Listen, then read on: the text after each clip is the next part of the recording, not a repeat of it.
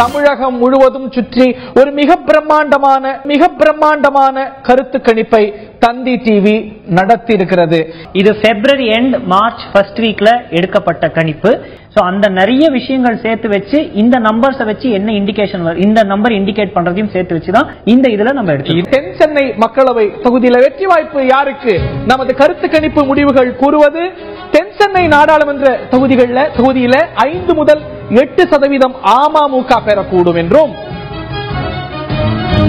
மக்கள் நீதி மையம் கமல்ஹாசனின் மக்கள் நீதி மையம் 6 முதல் 12% வாக்குகளை பெறக்கூடும் என்றும், அதிமுக அணி 37% முதல் 43% வாக்குகளை பெறக்கூடும் என்றும், திராவிட முன்னேற்ற கழக அணி 39 முதல் 45% வாக்குகளை பெறக்கூடும் என்றும், ஒரு 4-7% மற்ற கட்சிகளுக்கு செல்லக்கூடும் என்றும் மது கருத்து கணிப்பு முடிவுகள் தென் சென்னையை பொறுத்த வரைக்கும் தெரிவிக்கின்றன. இந்த கருத்து திரிப்புகள் எல்லாம், அதாவது அவங்களுக்கு ஒருத்தர் விருப்பமா இருக்கலாம், அந்த நிறுவனத்துக்கு இவர் முதல்வராக வரணும், இந்த கட்சி வரணும், இவர் வரக்கூடாதுன்னு நினைக்கலாம்.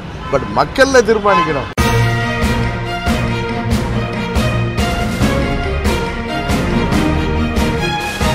யாருக்கு வாக்களிப்போம் என்று ஆர்கே நகர் தொகுதி மக்களிடம் கேட்டிருந்தபோது மக்கள் சொன்ன பதில், மற்றவர்களுக்கு பிரதான கட்சியை தாண்டி மற்றவர் வாக்களிப்போம் என்று 3 விழுக்காடு மக்கள் சொல்லியிருக்காங்க.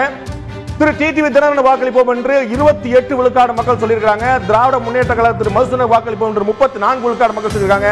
அனைத்து இந்திய திராவிட முன்னேற்ற கழக வாக்காளர் திரு மருதுகணேஷ், திமுக மருதுகணேஷ் 34 விழுக்காடு மக்களும், அதிமுக திரு மதுசூதனனுக்கு வாக்களிப்போம் என்று 35 விழுக்காடு மக்கள் சொல்லியிருக்காங்க.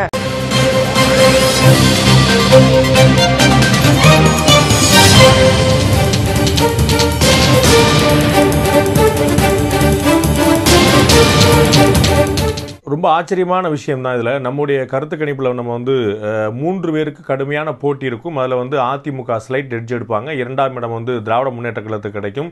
திரு டிடிவி தினகரன் 3வது இடத்துல இருப்பார் அப்படின்னு நம்முடைய கருத்து கணிப்பு முடிவுகள் சொல்லியிருந்தாங்க. அது பொய்யா இருக்கிறத நம்ம பார்க்குறோம். அரூரில் சொன்ன 40 லட்சியம் 37 நிச்சயம்னு இது நடக்குதா இல்லைன்னு பாருங்க. இந்த கருத்து திருப்புகள்லாம் கூட அவங்களுடைய நல்ல எண்ணத்தில் செய்கிற விஷயங்களாக கூட இருக்கலாம்.